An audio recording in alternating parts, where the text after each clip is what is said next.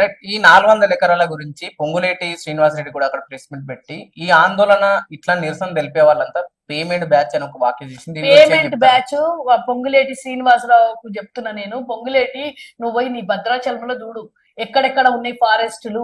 ఇక్కడ హైదరాబాద్ లో ఉన్నది ఫారెస్ట్ ఇదే మాకు, ఇది నిజాం నుంచి వచ్చింది.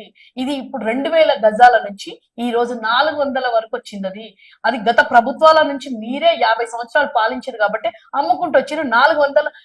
ఇదే 10 సంవత్సరాలలో బాపు కేసీఆర్ దాని దగ్గరికి ఎందుకు పోలే? అందులో మళ్ళా చెట్లు పెట్టించి మళ్ళీ అందులో కొన్ని లక్షల చెట్లు పెట్టించింది. తెలుసా ఎన్ని రకాల చెట్లు ఉన్నాయి? ఆయుర్వేదిక దాని హైదరాబాద్ కు మాకు ఉన్నదే అది, దాన్ని కూడా నువ్వు తీసేసుకుంటా అంటే హైదరాబాద్ లో ఎక్కడ పోవాలి ఇక మేము?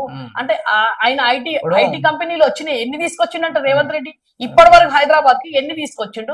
ఎంత మందికి ఉద్యోగాలు? 9.5 ఏళ్లలో బీఆర్ఎస్ పార్టీ చేయలేని అభివృద్ధి 15 నెలల్లోనే మేము చేసి చూపించాము. చెప్పుతోను కొడతారు జనాలమ్మ కూడా పోయి ఈ మాట మాట్లాడితే. చెప్పు కొత్త చెప్పులు కూడా కాదు, ఇప్పుడు కొత్త పాత చెప్పులు తీసిపెట్టారు రేవంత్ రెడ్డి కోసం. అర్థమైందా? 10 సంవత్సరాల నుంచి మేము అభివృద్ధి చేయకపోతే ఈ వేస్ట్ గాడు వచ్చి ఏం చేసిండంట 15 నెలల నుంచి? అన్ని కూలగొట్టడం ఆ విన్ పని, అన్ని కూలగొట్టడము. అంటే ఈ రోజు గురుకులాల పిల్లలు ఎక్కడ పోయినరు? ఎన్ని అసలు ఏ ఒక్క దాంట్లో వాడు వేస్ట్. ఇప్పుడు సన్న బియ్యం ఇస్తా అన్నాడు నిన్న, పంచుతుంది కదా 7 గంటలు వస్తున్నాడు. దొడ్డు బియ్యాన్ని పాలిష్ పట్టి సన్న బియ్యం చూడండి గులత్తి అవుతున్నదంట, హల్వా అవుతున్నది అన్నం.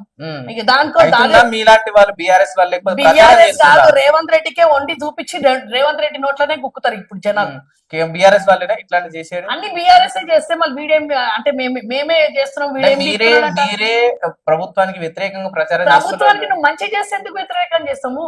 ఇప్పుడు బీఆర్ఎస్ వాళ్ళం ఈ 10 సంవత్సరాలలో ఎందుకు పోలేదు మేము అక్కడికి? ఎందుకు పోలేదు?